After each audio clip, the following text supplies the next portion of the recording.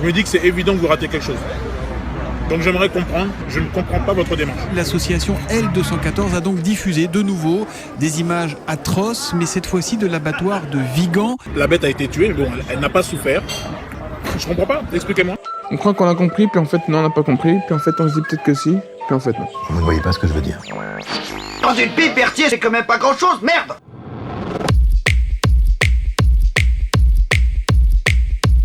Kumquat, l'émission végane qui tord les idées reçues et qui parle d'actualité animaliste. Pour garder l'esprit aiguisé et s'informer sur la cause animale.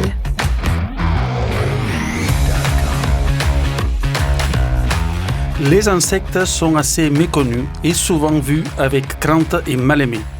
De nombreuses idées reçues à leur rencontre persistent et la considération qu'on leur porte est presque nulle. Pour la plupart, les tuer est un simple geste quotidien, un acte qui témoigne du spécisme dominant et invisible tellement il est banalisé. Ces non-humains de si petite taille sont un peu partout, associés à l'idée de nature et dans des quantités astronomiques. Leurs variétés et capacités sont étonnantes au point que les connaissances les plus récentes semblent indiquer qu'assez probablement ils sont doués de sentience. Ils éprouveraient des sensations et des états mentaux consciemment vécus comme bons ou mauvais. Imaginez qu'on devrait peut-être se soucier de leur sort risque de faire sourire la plupart. Or, il est fort probable qu'ils aient une conscience, tout comme une capacité de souffrir. Dès lors, est-il rationnel et responsable de perpétuer nos comportements nuisibles à leur regard? Qu'est-ce que cela dit de notre empathie et compassion? Depuis plus d'une dizaine d'années, un nouveau secteur économique a reçu de forts investissements et un franc soutien politique. Il s'agit de l'élevage d'insectes. L'exploitation massive de ces petits animaux se développe à grande vitesse sous un discours aux promesses nutritionnelles et écologiques. Mais qu'en est-il vraiment? Est-ce qu'on en a besoin? Et surtout, est-ce que c'est un choix responsable et éthique au vu des connaissances dont on dispose?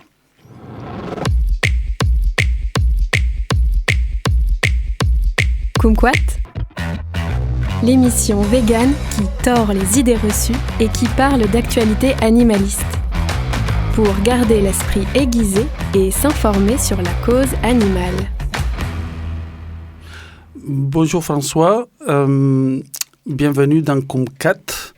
Nous essayons dans cette émission d'amener donc, la question animale à tout un chacun avec le plus de rigueur possible.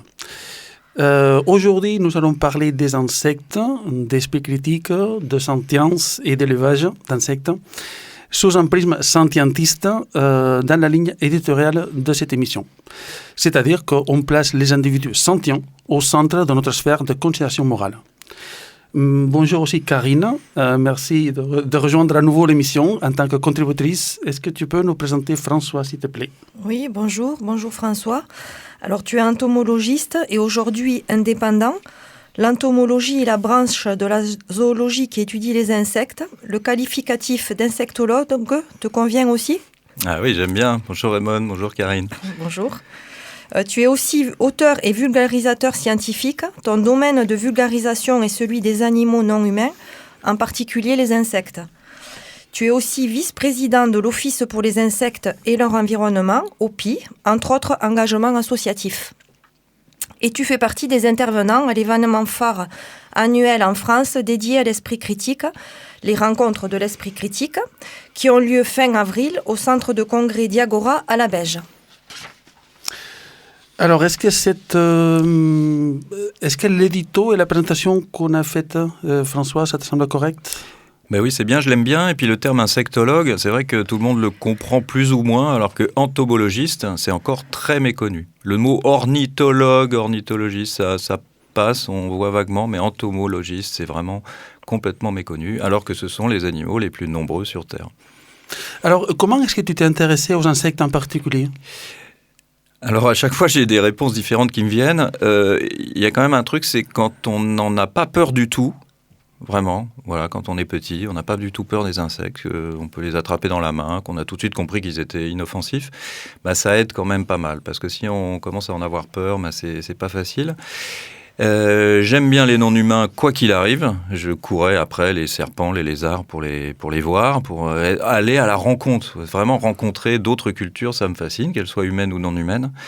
Et donc j'adorais rencontrer des cultures non humaines.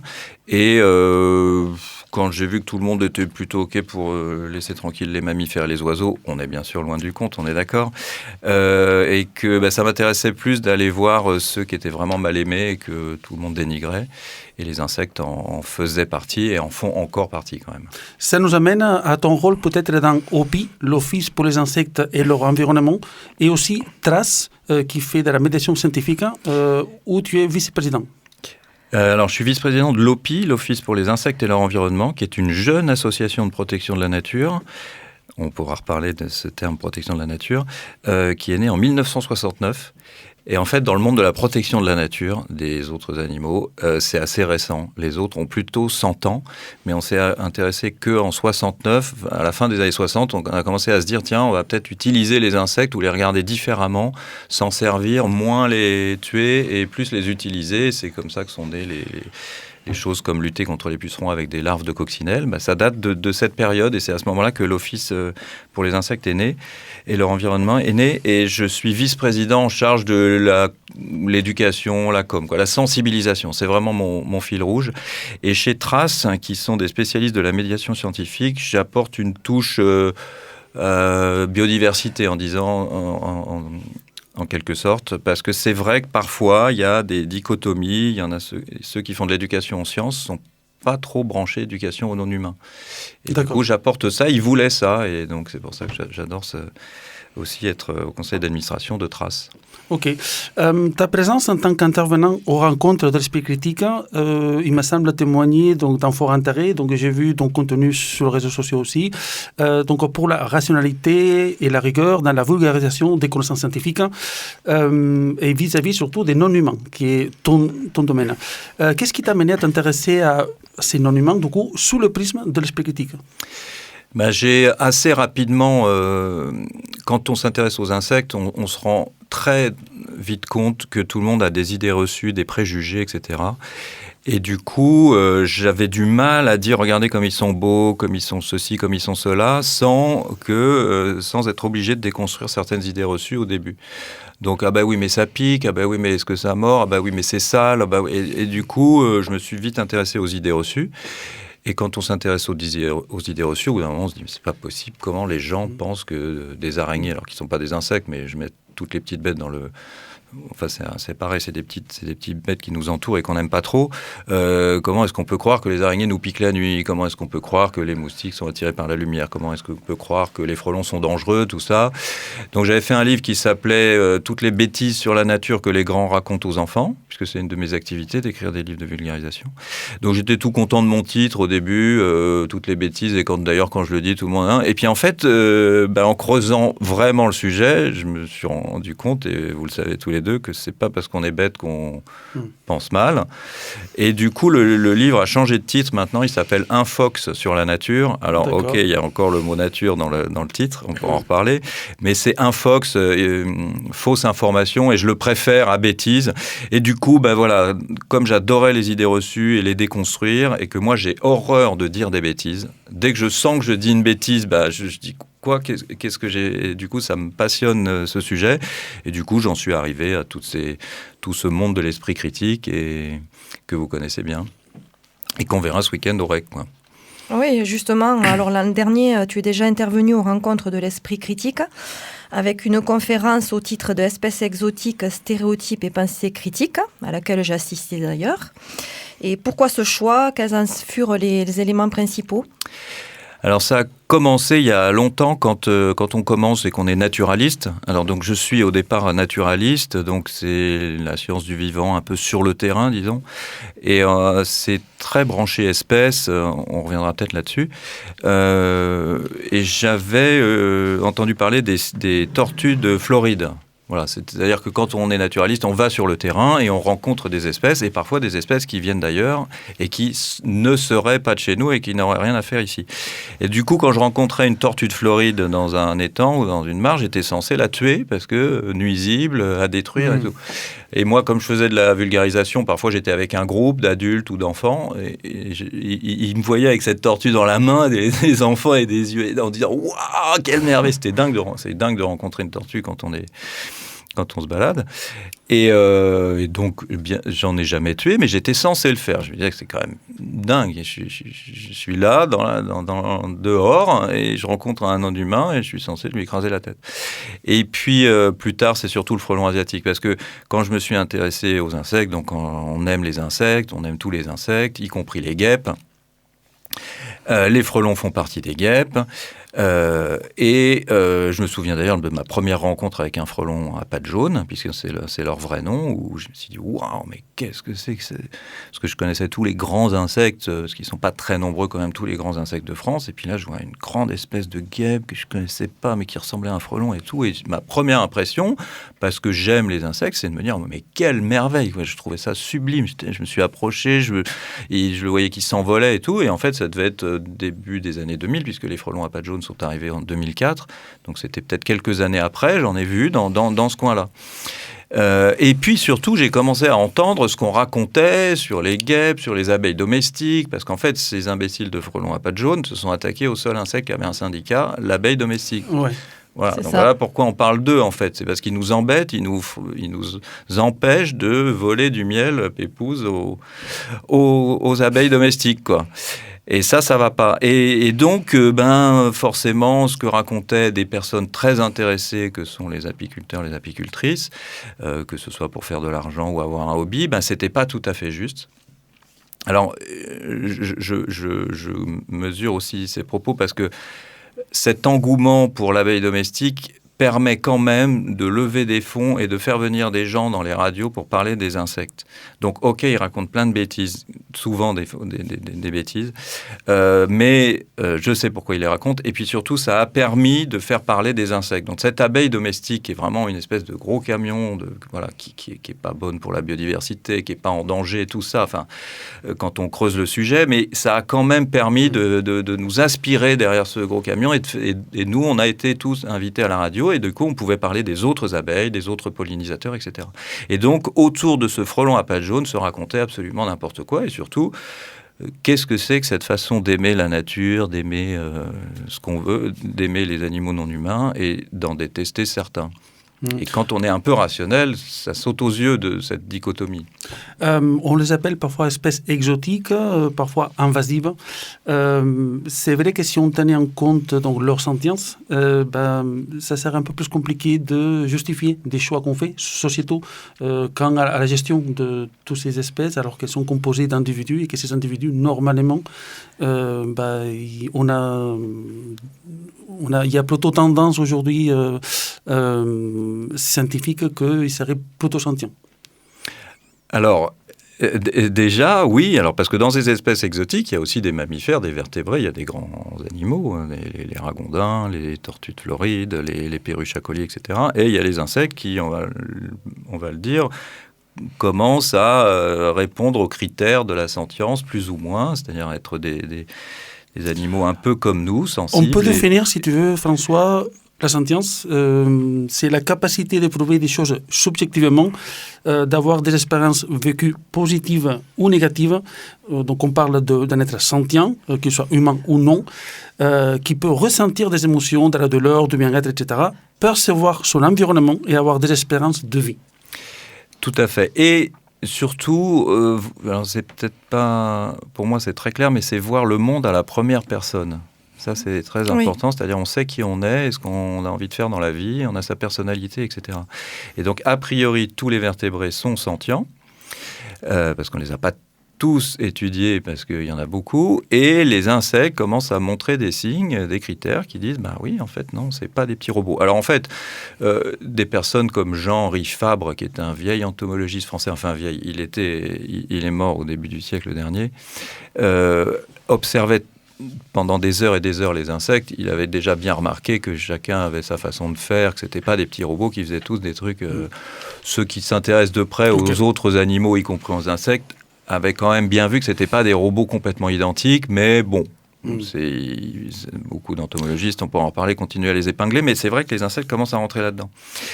Et le problème quand on est sentientiste, qu'on considère les autres, les individus, qu'ils soient humains ou non humains, comme des personnes avec leur personnalité, et c'est ce que nous montre la science, voilà, et leurs intérêts de plus en plus, on est bien embêté parce que qu'ils soient d'ici ou d'ailleurs, ce sont des individus.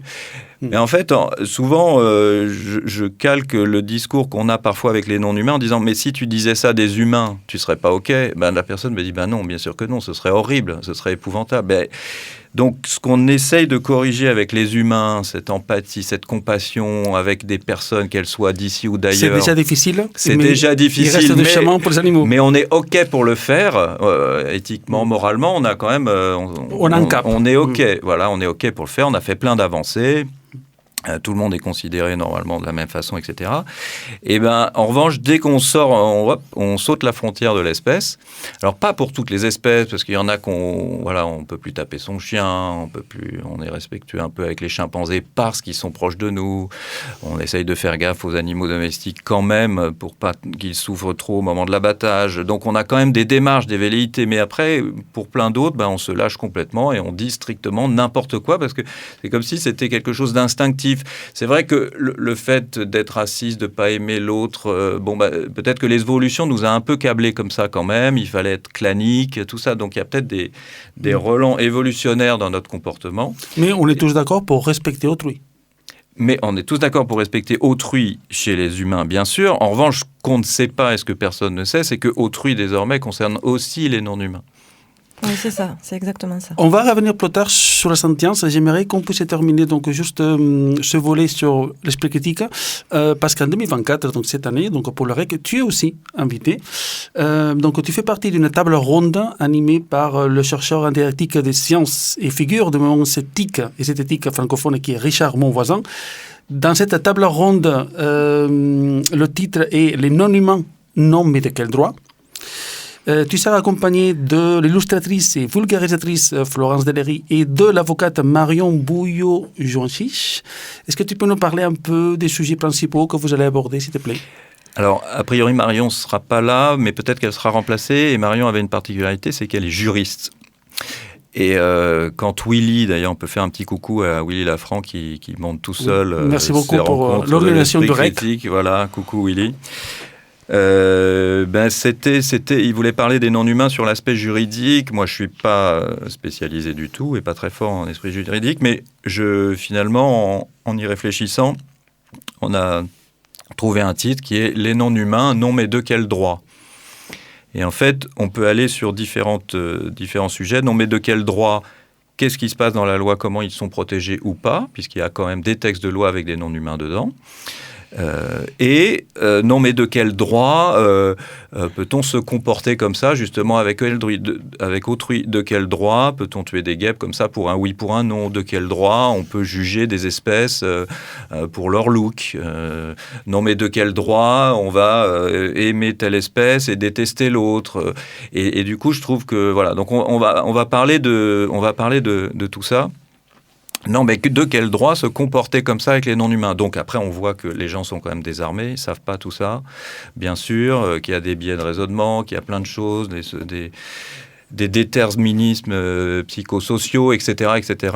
Mais voilà, je trouvais ça intéressant parce que oui, et le fond du truc, c'est on peut dépasser nous-mêmes les lois, bien sûr. On n'est pas obligé d'attendre qu'une loi protège les frelons ou les ragondins pour être respectueux vis-à-vis d'eux. Il y a toujours un volet sociétal, parce qu'il faut avancer tout ensemble, mais c'est vrai qu'à titre individuel, on peut toujours aussi agir. Exactement, et on n'est pas obligé d'attendre les textes de loi. Tu vas aussi animer 2 ateliers sur les idées reçues autour des insectes, où tu vas demander aux participantes s'ils sont rationnels vis-à-vis des non-humains sauvages et domestiques. Car beaucoup s'en méfient, les craignent, en parlent péjorativement et même les tuent. Parfois, pour le simple plaisir gustatif, cela fait malheureusement partie de notre culture. Tout à fait. En fait, c'est ce que je vous disais tout à l'heure, tous ceux qui sont très branchés science, entre guillemets, ou esprit critique, étaient moins animaux non humains, moins biodiversité. C'est pas très présent, donc je me retrouvais toujours un peu seul. On avait, avec Florian Gouttière, par exemple, il avait lancé des rencontres zététiques à Paris, et j'étais le seul branché... Enfin, ça a commencé à venir, mais il n'y a pas beaucoup de personnes branchées animaux non humains. Et du coup, finalement, même des rationalistes peuvent être un peu monsieur tout le monde ou madame tout le monde par rapport à une araignée. Ils peuvent penser que les araignées piquent la nuit, font des boutons. Et même les plus rationalistes d'entre nous sont un peu démunis vis-à-vis des non-humains. Donc c'est un peu la question, c'est est-ce que vous êtes bien rationnel vis-à-vis des non-humains, quoi, voilà. Et du coup, je fais un petit débat mouvant où je leur demande de se placer un pourcentage de croyance pour savoir, voilà, je vous dis ça, à votre avis, c'est vrai, c'est pas vrai, c'est beaucoup vrai, un peu, etc.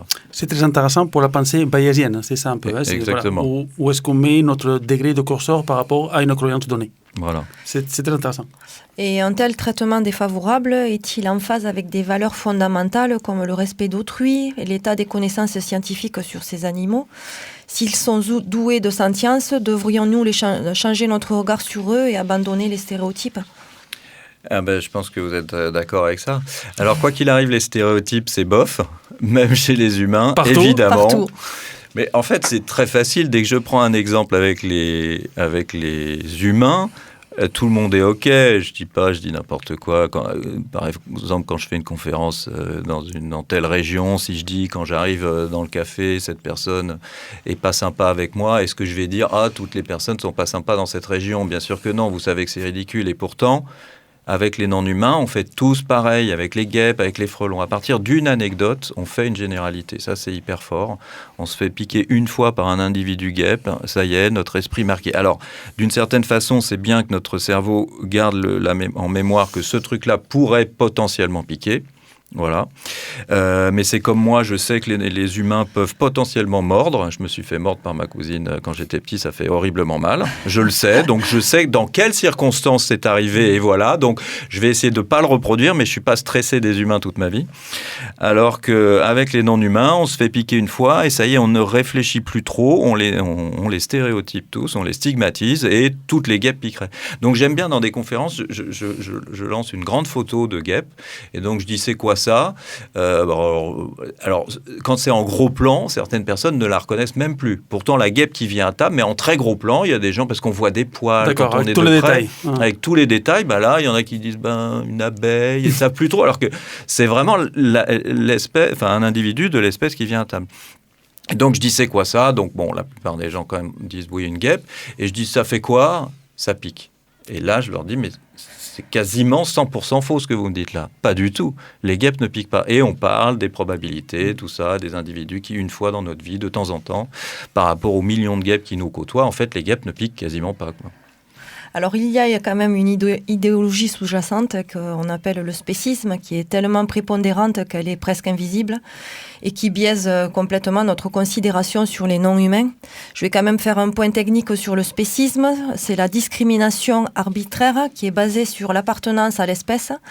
Cette idéologie postule une hiérarchie entre les espèces, spécialement la supériorité de l'être humain sur les animaux. Voilà, c'est un sujet qui est compliqué encore. Mais c'est bien que, moi j'ai trouvé que dans le domaine scientifique, donc des gens comme toi, qui commencent aussi à amener ce sujet-là. Oui, et puis j'ai entendu parfois des naturalistes qui comprennent même pas ce mot, c'est-à-dire s'ils s'y intéressent pas. Il y a vraiment une dichotomie entre les naturalistes qui ont une éthique environnementale sur les écosystèmes et les espèces, et les animalistes qui ont une éthique à propos des individus. Et du coup, les deux mondes vivent, et finalement, quand ils ne s'intéressent pas, donc j'ai entendu des trucs qui disaient n'importe quoi sur les espèces en disant oui, mais ils ne veulent pas le critère d'espèce, ils ne veulent plus qu'il y ait la notion d'espèce et tout. Je dis non, c'est pas ça du tout. Et en fait, alors que c'est des gens qui adorent la nature, les animaux et tout, mais le côté sentientiste, antispéciste, c'est méconnu. Et puis, peut-être que ce qu'on voit, c'est des gens parfois énervés, donc du coup, ça peut énerver en retour. Il y a peut-être une réactance parfois. Voilà. Au nouveau sujet aussi, surtout. Exactement. Oui. Et du coup, c'est mal compris, mais c'est assez facile. Alors, là, je suis en train de terminer un livre. C'est vrai que c'est un peu normal d'un point de vue évolution et génétiquement, disons, c'est un peu normal d'être spéciste puisqu'on veut que ce soit nos gènes qui perdurent, donc notre espèce, et on va se reproduire avec une femelle de notre espèce, un mâle va s'accoupler avec une femelle de son espèce. Donc il y a peut-être quelque chose encore qui nous vient de l'évolution, parce que toujours, moi ça me rassure parfois en disant mais c'est pas possible. Et quand on se met du côté de la théorie de l'évolution, on peut avoir des débuts de réponse, et donc c'est un peu normal d'être spéciste. Les autres espèces sont un peu spécistes. Ça me fait penser un peu, François, excuse-moi, au tribalisme. C'est aussi un peu normal, c'est-à-dire de privilégier les intérêts des gens qui sont comme nous. Exactement. Et mais donc là, ça ne veut pas dire que ça soit la meilleure chose à faire. On est d'accord, tout à fait. Il y a plein de trucs qu'on fait qui sont complètement à nous, et on est OK pour ça. Mais on n'a pas encore franchi le cap du spécisme.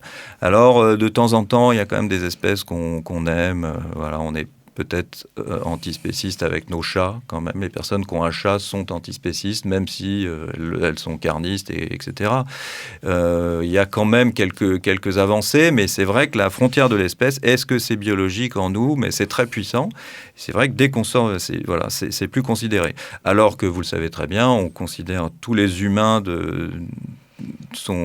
on est OK pour protéger tous les humains, quels qu'ils soient, quelles que soient leurs conditions physiques, psychiques, etc. Oui. etc.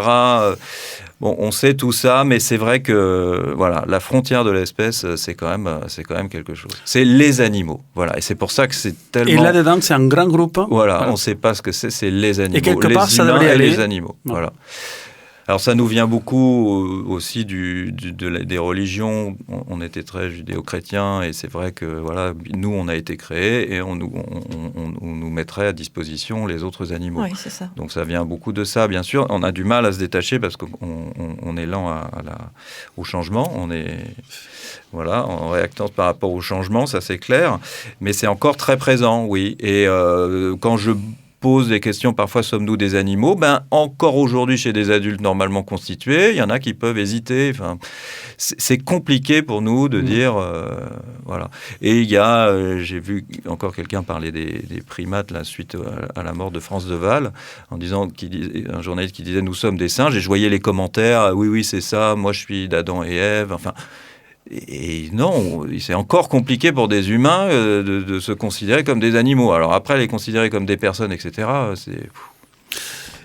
Ça nous amène sur le sujet, donc on a un peu esquissé quelques mots donc, sur la nature. Je pense que c'est un point qui est important aussi donc, à déconstruire un peu. C'est un sujet qui est épineux, il est très compliqué. Donc surtout quand on parle, François, de l'intervention dans la nature. Parce qu'en fait, parfois, on pourrait soulager ou même aider des animaux dans de nombreuses situations de souffrance. Donc, on a les maladies, on a les parasites, on a les blessures, la famine, les catastrophes naturelles aussi, et même la prédation. Donc, rien que la possibilité d'être la proie d'un prédateur est générateur de stress aussi pour les animaux qui vivent comme ça au quotidien. Donc, au-delà de cette conception un peu idéalisée des animaux dans une nature qui serait bonne, leur souffrance pourtant est bien réelle, donc il serait parfois aussi possible d'agir. Donc nous, on pourrait choisir d'agir dans l'environnement, dans les espaces dits naturels, donc pour aider ces animaux. Est-ce qu'il existe des exemples d'intervention parfois, il me semble avoir vu que des animaux peuvent être tués pour épargner donc, des souffrances liées à la condition de vie, alors qu'en fait, on aurait pu tout simplement les aider. Mais pour préserver, pour ne pas toucher à l'environnement, on va préférer directement les tuer. Donc, j'ai trouvé un exemple en 2016, peut-être que tu connais, donc des 350 hippopotames et buffles d'Afrique au parc national Kruger. C'était en 2016. Je ne sais pas si ça te parle. Non, je ne connaissais pas cette histoire. D'accord, mais c'est clair qu'il y a d'autres solutions possibles. Donc, on pourrait agir donc, sur leurs conditions de vie. Mais l'idée d'intervenir dans les espaces considérés comme naturels est connotée assez négativement. Ça, c'est clair. Ça me rappelle, moi, je pensais à ça quand je voyais les cow-boys tuer leurs chevaux dans les westerns. Je me disais, c'est pas possible, il est encore vivant, tout ça. Et à chaque fois, alors il faudrait que je creuse ce sujet, mais à chaque fois, on tuait le cheval, quoi qu'il arrive, et personne n'essaye, j'ai pu dire, mais personne n'essaye de le soigner. Intervenir, alors c'est assez... Là, tu touches un sujet... presque épineux, clivant pour les naturalistes et ceux qui aiment la nature, la protection de la nature, parce que elle est idéalisée, cette nature, et du coup, comme c'est idéal, on n'y touche pas trop, on trouve ça formidable, on fait des réserves où on laisse la nature tranquille comme si c'était absolument merveilleux. Est-ce qu'il y a encore cette notion de jardin d'Éden derrière ça? Un peu, sûrement, beaucoup peut-être. Et du coup, c'est compliqué pour des naturalistes de se dire qu'ils vont intervenir. Mais parfois, on le fait déjà. Par exemple, on a vacciné les renards contre la rage. Donc, on est complètement intervenu en vaccinant des mammifères sauvages, en leur lançant des croquettes avec un vaccin à l'intérieur. Et du coup, la rage a disparu. Donc, on le fait déjà. Mais c'est vrai que c'est un sujet très clivant parce que quand on est environnementaliste, on ne touche pas la nature, elle est formidable. Les écosystèmes sont quasi en équilibre et tout va bien dans le meilleur des mondes.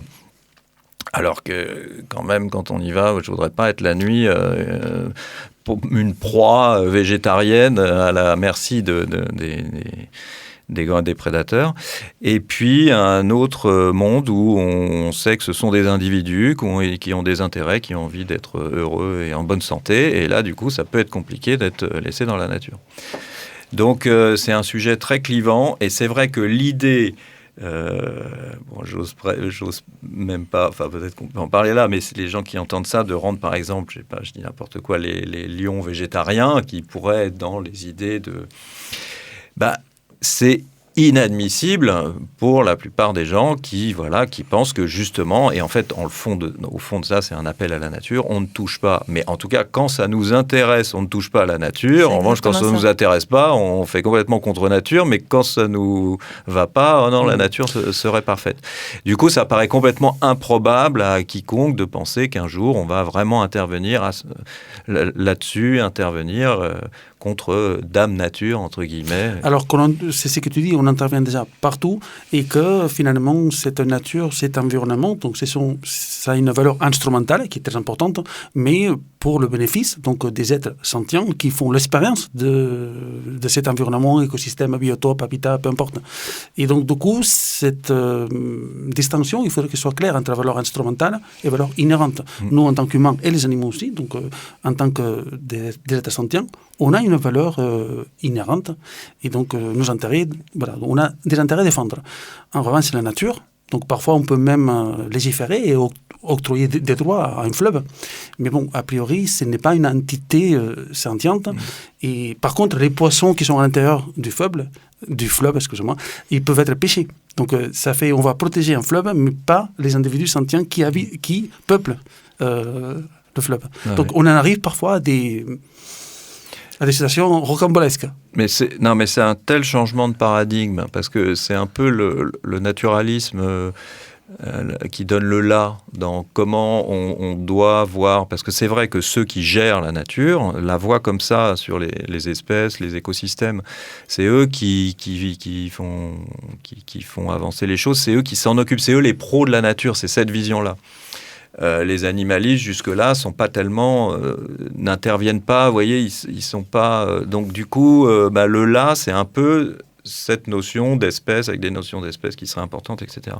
Mais c'est un changement de paradigme de dingue. Et souvent on dit, non, vous vous prenez pour Dieu si vous intervenez dans la nature, alors que pourtant derrière le fait de non, on touche pas à la nature, elle est merveilleuse, il y a quand même l'idée de Dieu aussi qui aurait créé une nature parfaite. Donc c'est vraiment clivant, mais c'est ça que je trouve passionnant, justement, puisque moi, je viens d'une culture naturaliste, je tends bien plus vers une culture animaliste, et je vois les réticences, je vois tout ce qui se met en place, et c'est ça que je trouve chouette, et c'est pour ça que j'adore le sujet des espèces exotiques. Parce que là, ça met vraiment en exergue notre façon un peu vraiment violente de gérer le vivant.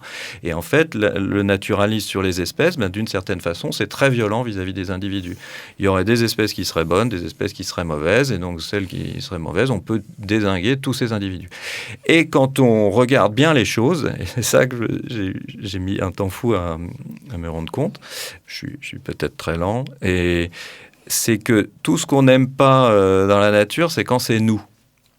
C'est ça qui est incroyable. C'est-à-dire une espèce exotique. Donc on arrive d'Afrique il n'y a pas très longtemps, pas si longtemps dans l'histoire de la Terre.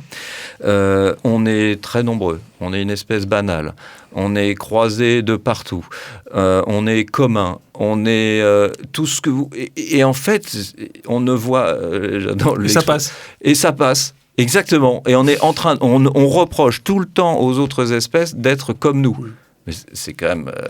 Alors, je veux bien, mais avant de reprocher quoi que ce soit à une espèce, j'aimerais que tu me parles de toi. Parle-moi de toi. Et toi, est-ce que voilà, tu vois, t'es tout ce que tu reproches, t'es commun, il y en a partout.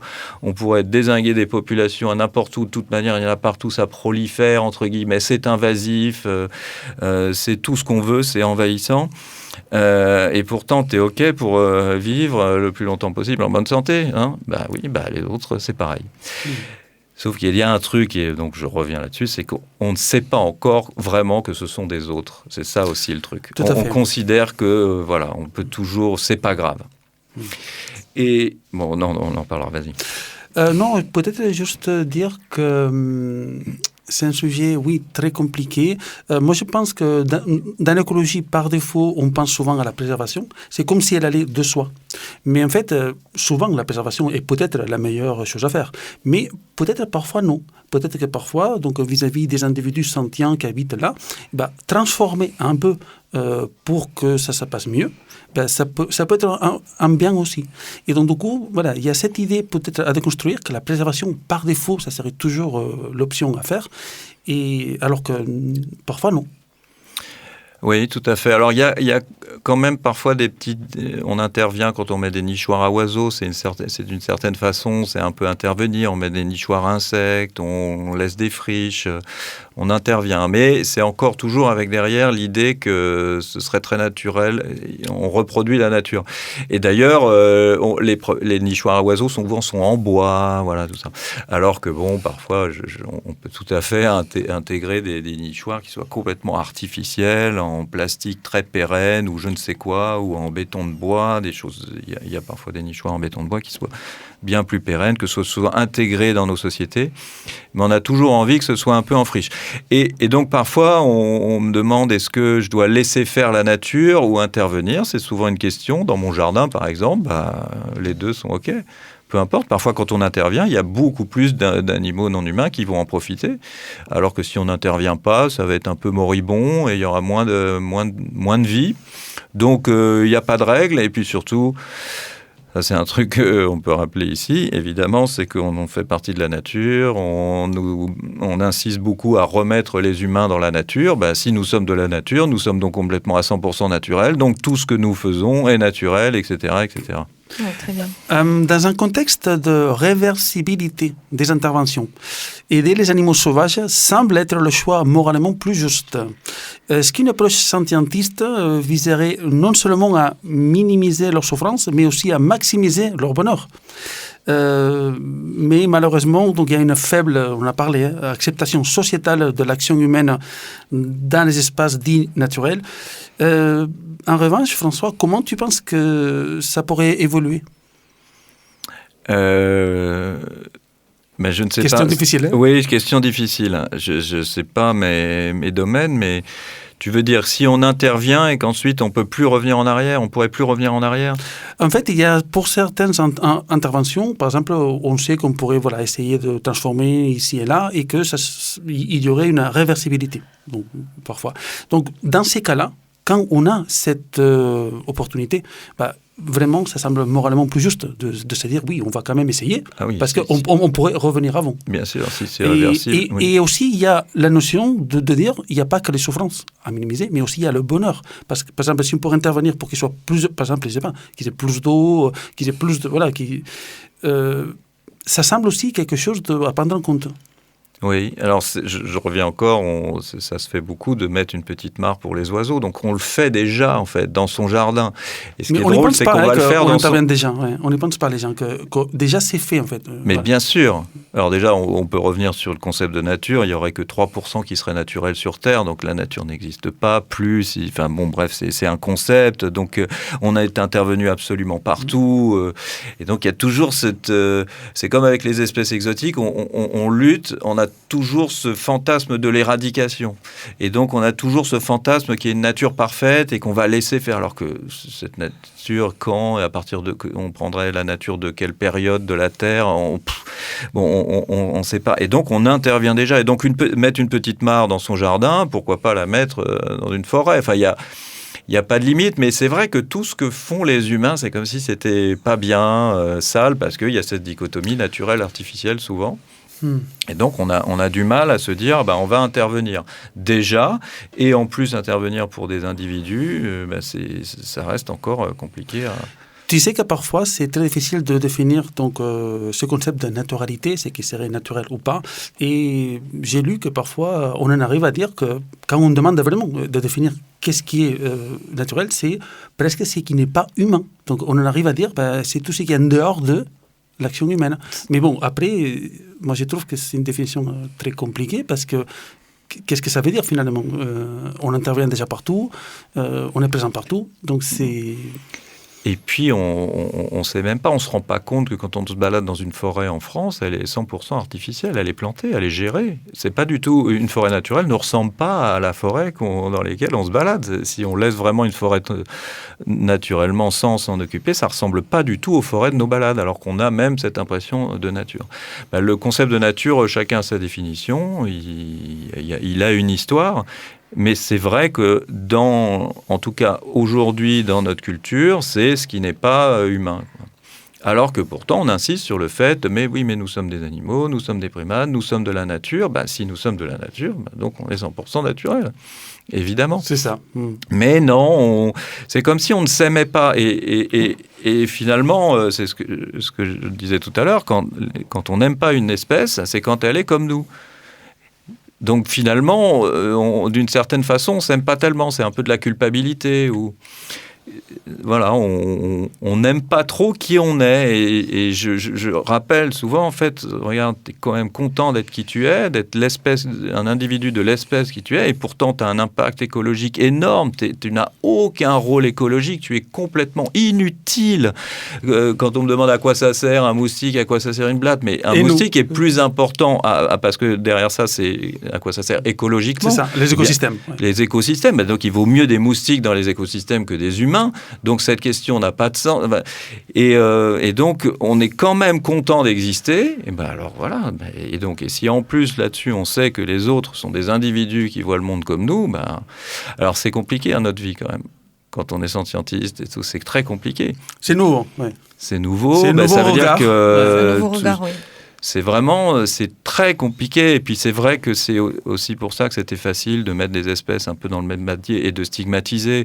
Parce que commencer à réfléchir individu par individu, c'est compliqué, ça prend du temps. Et c'est vrai que parfois on n'a pas le temps. On va un peu plus parler de tout ça, de sentience et de l'idée de nature dans la deuxième partie. Oui, puisqu'ici s'achève la première partie de cet entretien avec toi, François. Donc, tu es entomologiste, je le rappelle. Nous vous donnons rendez-vous pour la deuxième partie où nous allons approfondir la question de la probable sentience des insectes ainsi que les conséquences éthiques de leur exploitation dans les élevages. Kunkat est une émission soutenue par la région Occitanie et vous est proposée en replay sur www.campusfm.net. Les épisodes seront aussi disponibles sur les plateformes Mixcloud, Spotify et Deezer, ainsi que sur YouTube. N'hésitez pas à liker, commenter et surtout à vous abonner. Nous avons aussi une page Facebook et un compte Twitter. À bientôt dans Kunkat.